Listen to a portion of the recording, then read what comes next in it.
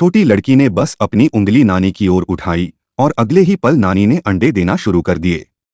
बस इसलिए कि उसने अपनी पत्नी पर हंसते हुए कहा कि वह अंडे नहीं देती, छोटी लड़की ने उसे खुद अंडे देने का अनुभव करवा दिया। पता चला कि वह स्वर्ग की पहली संतान थी, बस इसलिए कि उसने मास्टर के सोते समय उसकी कांटी चुरा ली थी। उसने हर तरह के तरीके अपनाए बच्चों को मानव दुनिया में भेजने के लिए, यहाँ तक कि 10 में से 8 बच्चों को बिल्लियों और कुत्तों को दे दिया। अंततः उसने गलती से कांटी को मानव संसार में फेंक दिया। इससे मास्टर का क्रोध भड़क गया। न केवल उसे मानव दुनिया में कांटी खजाने को खोजने के लिए भेजा गया, बल्कि उन लोगों की मदद करने के लिए भी जिन्हें वास्तव में बच्चे की जरूरत थी, जब तक उसके हाथ में सब पुण्य मणियां जलकर उसे वापस स्वर्ग में नहीं ले जाती।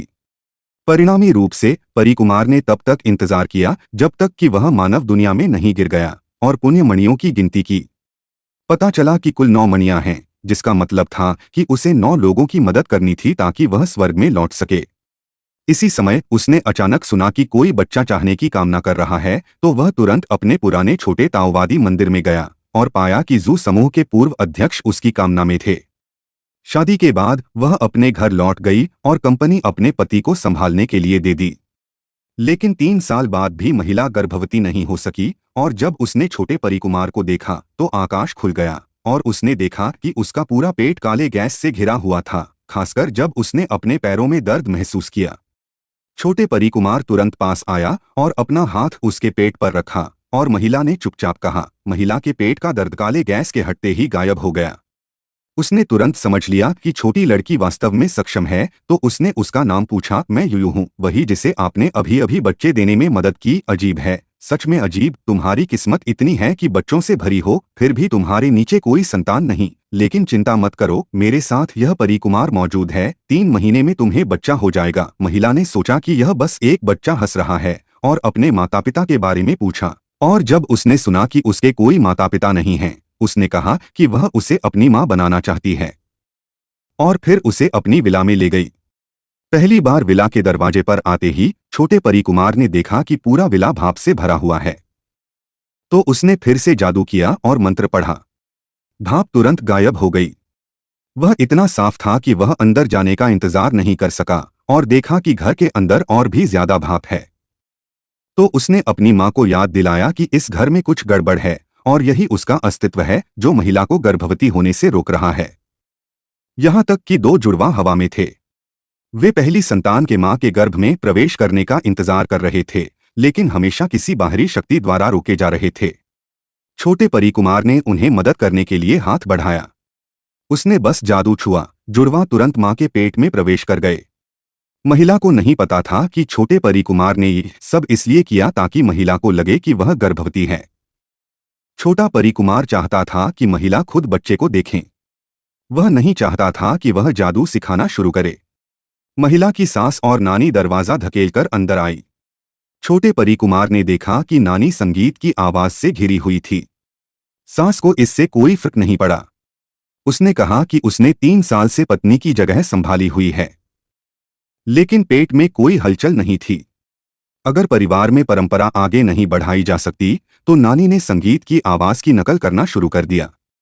जब बूढ़ी महिला ने हाल ही में शादी की थी, उसने हमारे जैसे बेटे को जन्म दिया। और तुम, मेरी पत्नी, तुम्हारे पेट में कुछ नहीं है। कोई आश्चर्य नहीं कि बूढ़ी महिला तुमसे इतनी अच्छी है। छोटे परिकुमार ने तुरंत अपनी मां के सामने सुरक्षा की। उसने कहा कि अगर उसके पास एक परिकुमार है तो वह अपनी मां को जरूर बच्चा देगी। सास को गुस्सा आया कि वह एक छोटा भगवान है।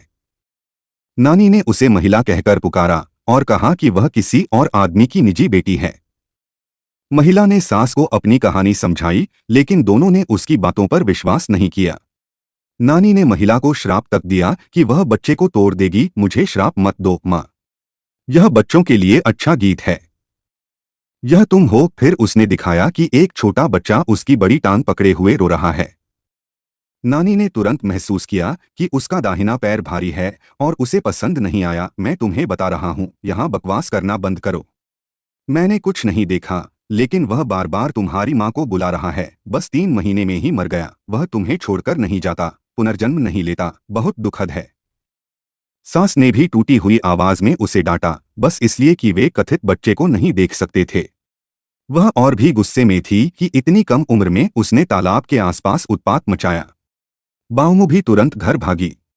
लेकिन छोटी लड़की न केवल यह नहीं जानती थी कि वह कहाँ से आई है, बल्कि परिकुमार होने का नाटक भी कर रही थी और हर जगह झूठ बोल रही थी।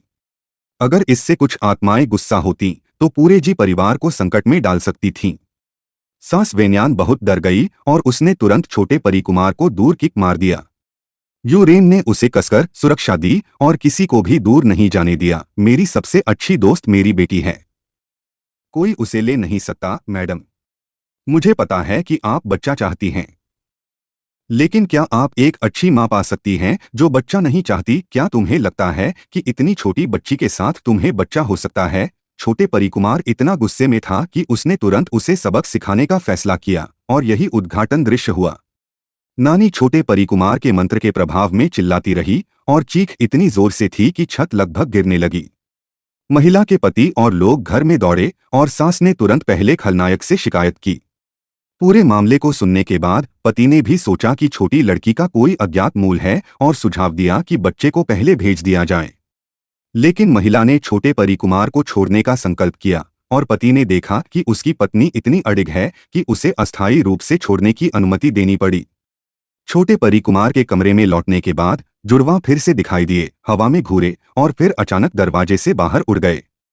छोटे परिकुमार चौंक गया और तुरंत पीछे गया, लेकिन वह महिला के पति और नानी से टकराना नहीं चाहता था। शाम को नानी ने महिला को दवा का एक